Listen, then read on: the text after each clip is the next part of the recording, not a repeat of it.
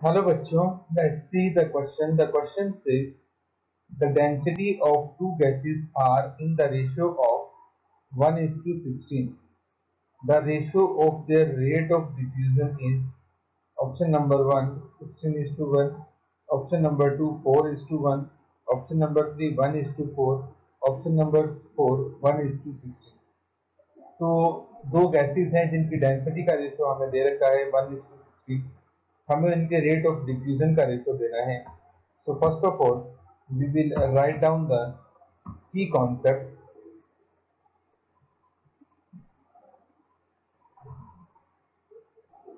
And the key concept is Graham's law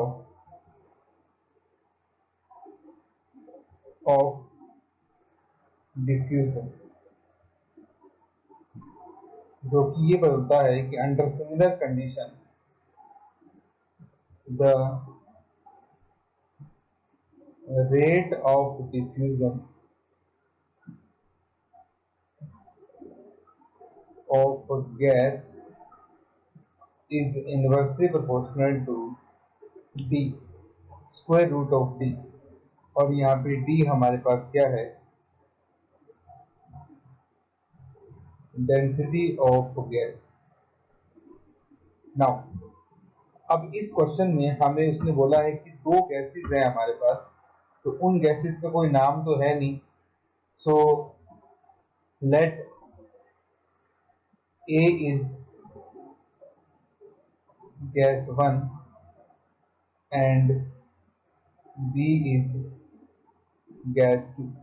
हमने इसको A और B मान लिया और DA is to DB, दोनों की डेंसिटी का रेशियो हमारे पास कितना दे रखा है?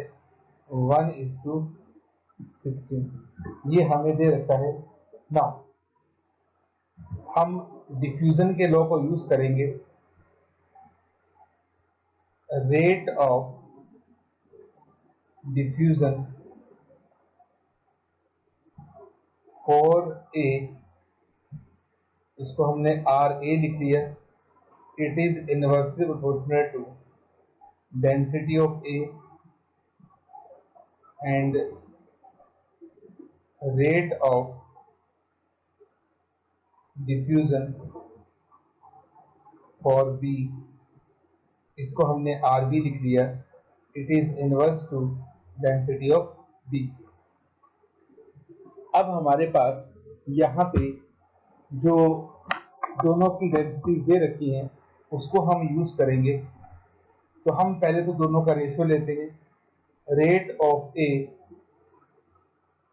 Divided by rate of B, it is equal to square root of ए के सामने आएगा डेंसिटी ऑफ बी और बी के सामने आएगा डेंसिटी ऑफ ए.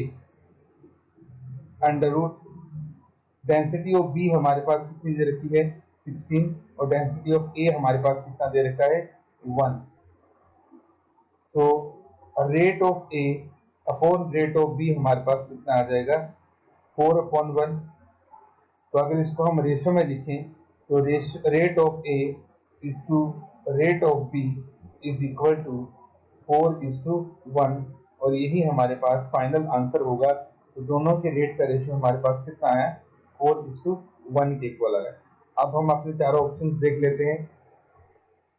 तो ऑप्शन नंबर 4 हमारे पास है 1:16, ये गलत है.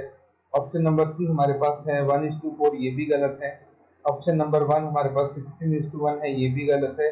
ऑप्शन नंबर 2 हमारे पास है 4:1, यही हमारा करेक्ट रेशियो होगा. So our final answer is option number 2, 4:1. Hope you understood it well. Best of luck.